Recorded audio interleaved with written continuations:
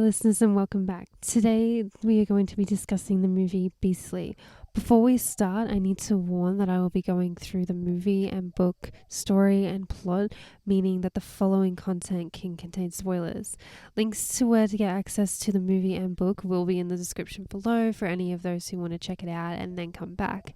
As for those of you who have seen the book, movie, both, or just don't care about spoilers, let's begin. Beastly is a teen romance fantasy movie set in the modern day time in New York City. The movie was released in 2011 and is based on the book with the same name written by Alex Finn. Recap. Beastly is essentially the modern day adaptation of one of our favorite fairy tale classics, Beauty and the Beast. We follow a young, obnoxious teen named Kyle at the top of his high school career, made to believe that money and good looks are what make you popular. All is right in his world until one day he makes the mistake of bad-mouthing the wrong student one too many times. Kyle is then given one last chance to change. When he does not take it, it is revealed that the student is actually a witch. The witch then proceeds to put a spell on Kyle, taking away the one thing that he holds dearest the most, his looks. Kyle is then given 1 year to find someone that will love him. If he does not find someone in this time, however, the spell will become permanent. Characters. So, we're introduced to 6 main characters throughout the film. One is being Kyle's dad, played by Peter Cross. We are first introduced to him when he comes home from work and Kyle is trying to tell him about his election day at school, how he was voted president of the environmental club. Constantly trying to find new ways to tell his dad and get his attention. However, none of them seem to work. His father will not take his attention away from work for even a few seconds to talk to his son. After seeing this interaction between Kyle and his dad, we come to understand why Kyle is the way that he is, as we see that he is neglected in his home life and is constantly seeking validation from those around him. Our next character is Zola, played by Liza Gay Hamilton, and she was our sweet, kind, caring maid. Her job is to take care of all of Kyle's needs and wants. We come to learn that she has 3 kids that live with their father back in Jamaica, and she has had to move to the US for work. Zola becomes a real companion to Kyle throughout his time as a beast, constantly keeping him on track and offering him guidance when needed. Kyle comes to care for Zola more and more as the movie goes on, and we come to see them form a new, better, respectful relationship compared to the one that we saw earlier in the film. Our next character, Will, played by Neil Patrick Harris, is a blind tutor that Kyle's dad has hired to help Kyle with his schoolwork. We come to learn that Will lost his sight at age 15, yet despite all this, still a very humorous and down-to-earth person. Will still takes joy in doing average activities such as golfing and darts. Will quickly becomes a companion and friend to Kyle, as he is constantly there to spill out words of wisdom and challenge Kyle with his attitude when needed. Will and Kyle's relationship isn't all just fun and games, as Will becomes a real companion to Kyle and helps relate to him by explaining the struggles that he also had to go through while losing his sight at the age of 15. Will also had the ability to spill out words of wisdom from time to time, one example being, "It's not how others see me, it's how I see myself," reminding Kyle that he is the only one who should care how he looks. Will and Kyle's relationship has all the aspects one needs for a perfect friendship. Plus, they are just an overall joy to watch on screen. Kendra, played by Mary-Kate Olsen, is the one that started it all. She is known for her dark clothing, heavy makeup, and bold personality.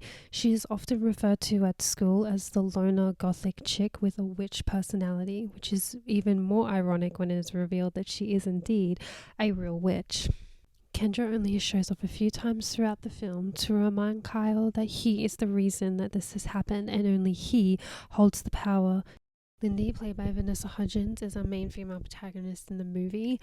She is at Kyle's school on scholarship, as she is not as rich as most of the students that go there. We know that She lives with her dad that is involved with drugs, and she is saving for this Machu Picchu trip and has been for the last 3 years. And we find out that it's very important to her to go, as it's sort of like the only thing that she's been able to do for herself in like for as long as she can remember, really.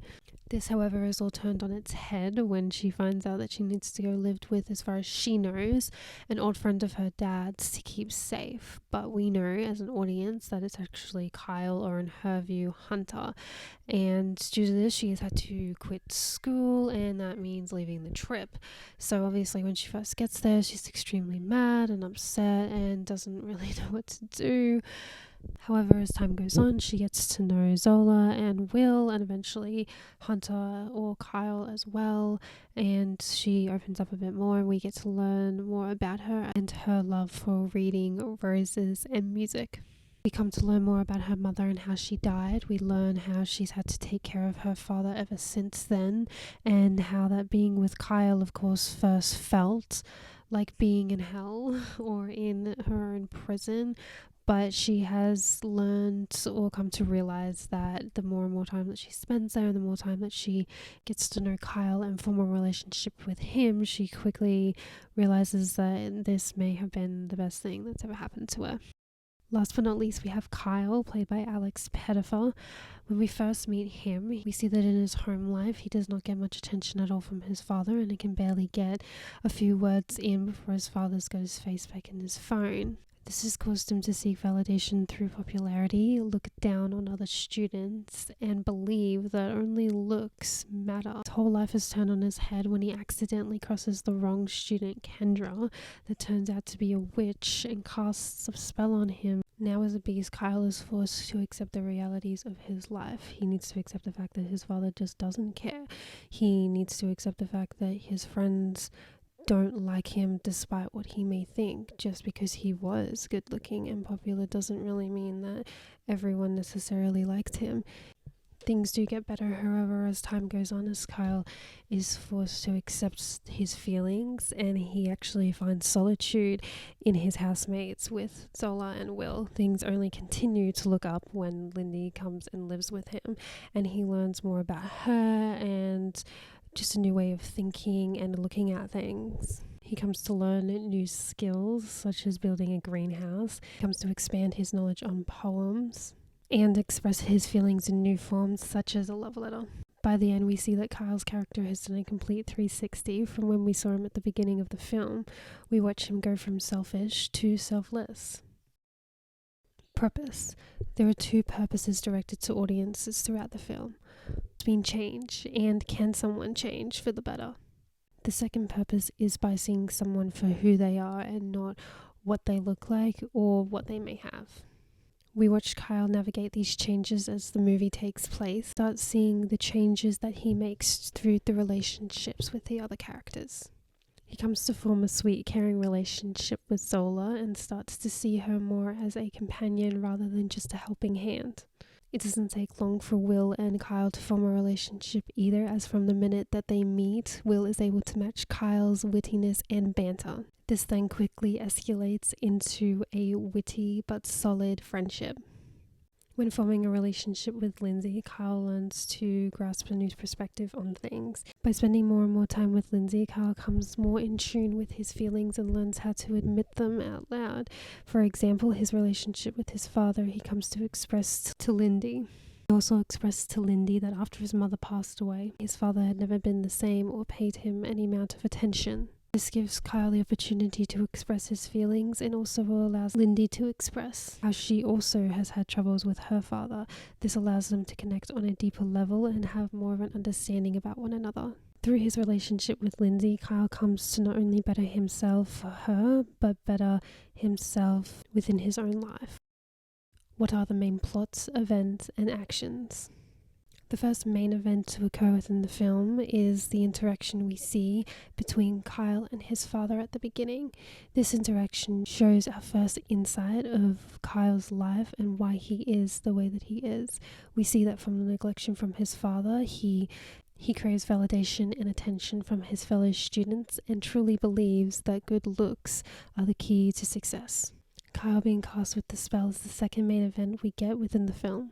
The spell is a main plot point as that this triggers the events that occur within the rest of the film. Due to the spell, Kyle is turned to what he deems unattractive, with scars on his face and body. He has a year to find someone that loves him. A tattoo tree on his arm works as the time. When the tree blossoms again, his time is up. Only the words, "I love you," can break the spell. If he does not find someone to break the spell within a year, he will forever stay this way. After 5 whole months of being a beast and locking himself away, Kyle decides to go to a Halloween party that his school hosts. There, he finds his former best friend and girlfriend hooking up, talking about how they never really liked him that much and felt like they always had to be mean. On hearing this, obviously makes Kyle feel even worse about how he feels. This is until he runs into Lindy, of course, where she defends Kyle, not realizing that she is, of course, talking to him. This is where she also expresses her love for the old romantic gestures, such as love letters, and how nobody seems to do things like that anymore. After the conversation with Lindsay at the Halloween party, Kyle becomes more intrigued and starts to find out more about her. One night when watching Lindsay, he discovers that she is frantically starting to look for her father. When he hears chaos, he runs over to see what happened. Seeing that they are being held at gunpoint, Kyle rushes to help. Liddy gets knocked out and he carries her away to safety. When he comes back, he sees that Lindsay's dad has killed one of the drug dealers. One of the drug dealers claims that it was his brother and now he wants revenge on Lindsay. Kyle, of course, gets worried for Lindsay and convinces her father to get her to come live with him in order for her safety.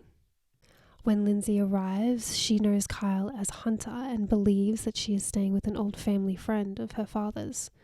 One night, after Lindsay's been there for a while and Kyle has learned to loosen up about how he looks, they have a friendly conversation, and this is where Kyle reveals his true looks to her. Lindsay, unaffected, then gives Kyle the confidence to invite her to more things such as his tutoring lessons. A big key turning point in Lindsay and Kyle's relationship is the one night that they sneak out to go to the zoo. While there, he shows Lindsay an old film he watched as a kid the day that he found out his mother had left. This scene shows Kyle being truly vulnerable with his feelings for the first time and fully opening up about how he feels not only about his dad but what happened with his mother. This then leads to Lindsay also opening up more about her father and mother. Lindsay and Kyle both learn that they lost their mothers at a young age and have fathers that are absent within their lives. They both share this kind of family trauma, which then helps form their now growing relationship. Despite their growing relationship, Kyle still sees that Lindsay feels trapped. In order to help with this, he suggests taking her away to his father's lake house for the weekend. It starts off being the perfect idea as they are away from everything and everyone and allows them to connect on a different, more personal level. However, just as things are going perfectly is when everything falls apart. When they go to share an almost kiss, Lindsay gets a call saying that her father is OD'd and she must leave right away. As they frantically rush to the train station, Kyle freaks out as he feels this is the last time he'll have to admit his feelings to Lindsay. Before she gets on the train, Kyle hands her the love letter that he's been writing. Now with Lindsay gone, Kyle feels stupid in thinking that she could ever feel the same way about him as he does about her. Kyle goes back to isolating himself until he finds out that Lindsay has gone back to school and is going on the Machu Picchu trip. Seeing as this might be his final opportunity, Kyle sprints to the school to express one last time how he feels to Lindsay, not caring who sees him, how they react, or whether or not he breaks the spell. All he cares about is getting to Lindsay on time. Kyle does break the spell, however, and gets turned back into his old self. Lindsay comes looking for him but does not recognize that it is Hunter, as she can only now see him as Kyle. Lindsay quickly realizes that Hunter and Kyle are indeed the same person when she gets a good look into his eyes. Likes and dislikes. For dislikes, I didn't find any, besides, of course, Kyle's behaviour at the beginning and his dad's behaviour. We also don't like, as we can see, the negative impact that it did take on Kyle. Besides the obvious romantic appeal about the movie, other things to like about it shall include the fantasy element. I think the idea of two people that are very different coming together and fighting each other is really interesting. It's an easy, fun, funny movie that Still seems to have depth as it has elements of change. The characters are very likable and fun, mine including Will, as he is just very laid back, down to earth and funny. I love the water scene where him and Kyle are sitting around the table together and he's pouring a glass of water and it gets higher and higher and higher, and Kyle doesn't know whether or not to stop him or if he knows what he's doing, and he realizes when he goes to stop him that it was Joe, like Will was playing a joke on him the whole time. Was just messing with him. It's a good example of the relationship that they have and start to form, plus it's just really fun for the audience. But overall, I think just it being a fun, easy teen romance movie is what makes it fun and enjoyable to watch, as it holds a little bit of something for everyone to enjoy. So yeah, that's what I think. Please feel free to comment what you think, your thoughts and opinions, what you like, what you didn't like, and we will discuss. Changes from movie to book. One of the biggest changes from the book to the movie would be Kyle's transformation. In the movie, he has scars and tattoos all over his body and face, whereas in the book his character is described as having fur all over his body and real claws. Another noticeable difference from movie to book would be the mirror that Kendra gives Kyle after casting the spell. This mirror they use in the book to communicate between one another and comes as a helpful tool to Kyle when Lindy is in danger at the end of the book. Zola's character is the next big difference we see moving from book to movie. In the movie, we know her as Zola, whereas in the book, she is known as Magda. Later in the book, you also find out that the character of Magda is also Kendra. It's like a little plot twist added at the end of the book, whereas in the movie, Kendra and Zola's characters are two separate people. Pilot, Will's dog in the book, did not make an appearance in the movie, which in my opinion is quite unfortunate because it's always nice to see a dog around. Another noticeable difference would be when Kyle decides to take her out of town to his lake house. In the book, it's actually winter and snowed and the lake is frozen over, so they spend all week there doing, snowboarding and building snowmen and sitting, like, having hot chocolate by the fire and stuff, and it's more of like a cozy environment, whereas in the movie it's like a lake summer house sort of vibe, so they spend more of their time, like, it's more swimming vibes, rather than cozy campfire. And the last noticeable difference between book and movie would have to be the ending. When Lindy leaves in the movie, Kyle finds out that she's leaving for a Machu Picchu trip and runs to try and get there in time. However, in the book, Kyle finds out that she's actually in danger and being attacked by one of her dad's old drug buddies. So he runs to rescue her and there's like a full-on fight scene and everything. So it's a little bit more intense what goes on at the end of the book rather than the movie. But yeah, that's it. Overall, none of these differences overly changed the outcome of the movie or the representation overall. They're just some of the few big differences I noticed moving from book to movie, but of course let me know some of your biggest differences, maybe which one you preferred, what you might have liked to have seen from book to movie. Let me know. Overall, this modern retelling of The Beauty and the Beast is a fun watch for anyone looking for a relaxing romance movie.